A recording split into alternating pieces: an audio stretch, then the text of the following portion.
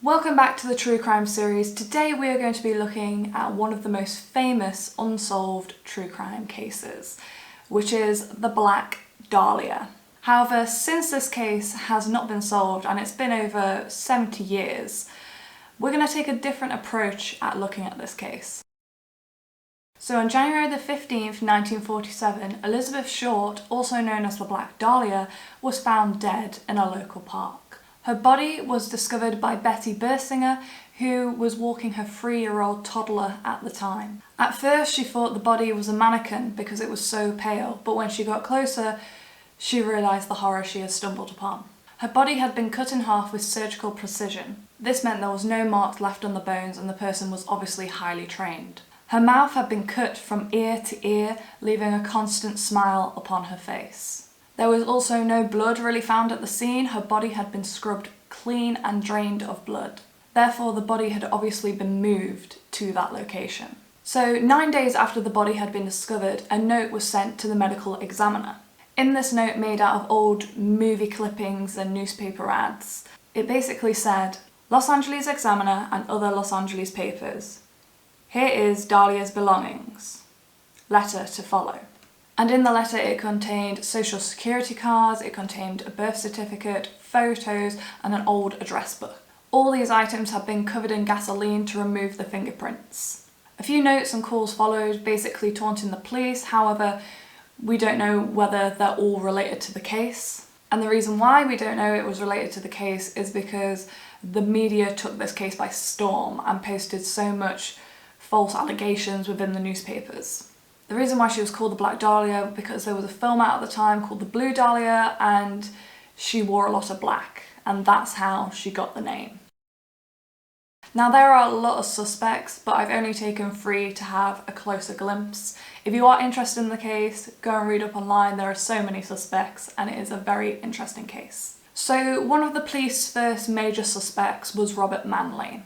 He was seen helping Dahlia check into the hotel where she was staying before she was murdered, and also was the last person to be seen with her alive. However, he did pass 2 polygraph tests, although we do know that can be faked, but this was in like the 1940s, 50s, so it was one of those things at the time that was used in evidence. It also turned out he had an alibi and he was miles away from the murder, so he couldn't have committed the crime.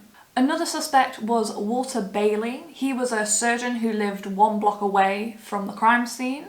It was believed that he might have met Elizabeth through his daughter, who was actually friends with Elizabeth's sister, so that's where that connection sort of came from. Also, after his death, his widow admitted that his mistress knew a terrible secret about him, which is kind of ominous, but we don't really know much else about the secret. Maybe the fact that he was cheating on his wife was the secret, but we don't know much about that. However, the most well-known suspect was George Hodel.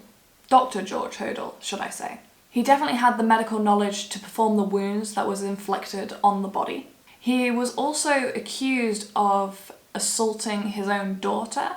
Apparently his daughter accused him of that and there were 3 witnesses to this, but it was just acquitted by the police, which is very, very suspicious. Steve Hodel, George's son, actually dug into this investigation a lot and did a lot of research and found like old belongings from his father to further the information on this case.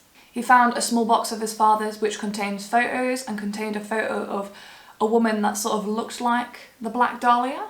There was also an old recording which kind of had a highly incriminating statement from George. The statement read, "Supposing I did kill the Black Dahlia, they couldn't prove it.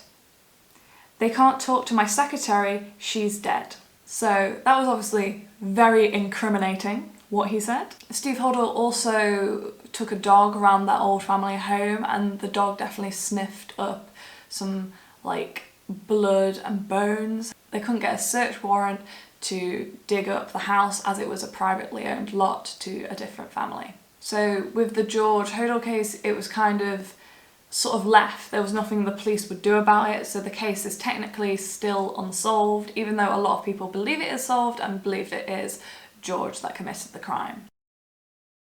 But who was the Black Dahlia?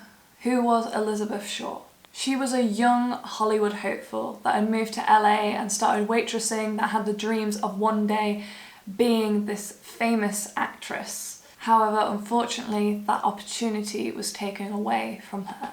So what do we know about the killer? Well, we know they were medically trained. We know that they had precision and they knew about anatomy in the human body to be able to perform the atrocities upon the Black Dahlia. We know the kill was planned, the fact they had moved the body to a different location, the fact they had so much time with her that they could drain the body of blood and also cut her open the way they did. But what we don't know is why they chose her, a young waitress who was aspiring to be a Hollywood actress. If you enjoyed this video, please give it a like, subscribe if you're new here. I make true crime videos at least once a month, and hopefully I will see you all in the next one. Bye!